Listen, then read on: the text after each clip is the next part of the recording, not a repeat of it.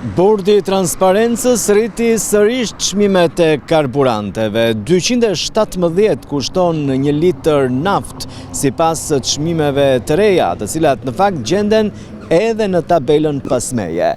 176 është çmimi i benzinës, ndërsa 224 është benzina, e cila është e një cilësie më të lartë, ashtu sikundër edhe nafta e cilësisë së lartë kushton 239.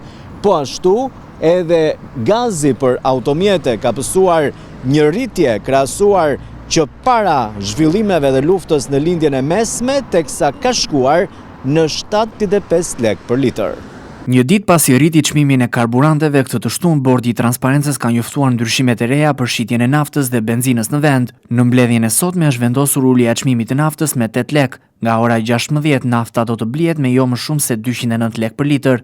Ndërkohë ulja e çmimit ka pësuar dhe benzina me vetëm 1 lek dhe nga pasditja e kësaj të shtune do të blihet me jo më shumë se 175 lek për litër. Bordi i Transparencës në datë 11 prill 2026 në mbledhjen e radhës vendosi çmimin e shitjes me pakicë të nënproduktit gazoil i standardit më të lartë të jetë jo më shumë se 209 lek për litër, ndërsa i shitjes me shumicë jo më shumë se 197 lek për litër. Çmimi i shitjes me pakicë në produktit benzin e standardit më të lartë të jetë jo më shumë se 175 lek për litër, ndërsa i shitjes me shumicë jo më shumë se 163 lek për litër. Në mesazhin e tij, Bordi i Transparencës thotë se tërheqin vëmendjen e çdo operatori të shitjes me shumicë dhe pakicë në produkteve të naftës mbi detyrimin e zbatimit të këtij vendimi në rast të shkeljeve të konstatuara nga operatorë të ndryshëm. Do të vendoset pezullimi i aktivitetit. Ministria e Ekonomisë dhe Inovacionit së bashku me Ministrinë e Financave dhe Ministrinë e Infrastrukturës dhe Energjisë janë angazhuar të mbrojnë interesat e konsumatorëve shqiptar, si dhe të ruajtjes së parimeve të konkurrencës së ndershme në treg.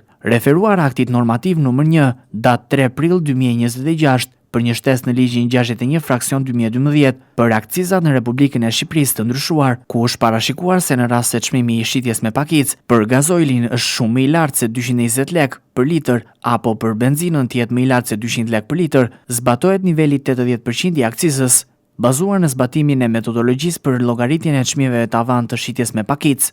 Çmimet janë nën kufirin e aktit normativ numër 1, datë 3 prill 2026 dhe për rrjedhoj, niveli i akcizës do të zbatohet i plot 100%.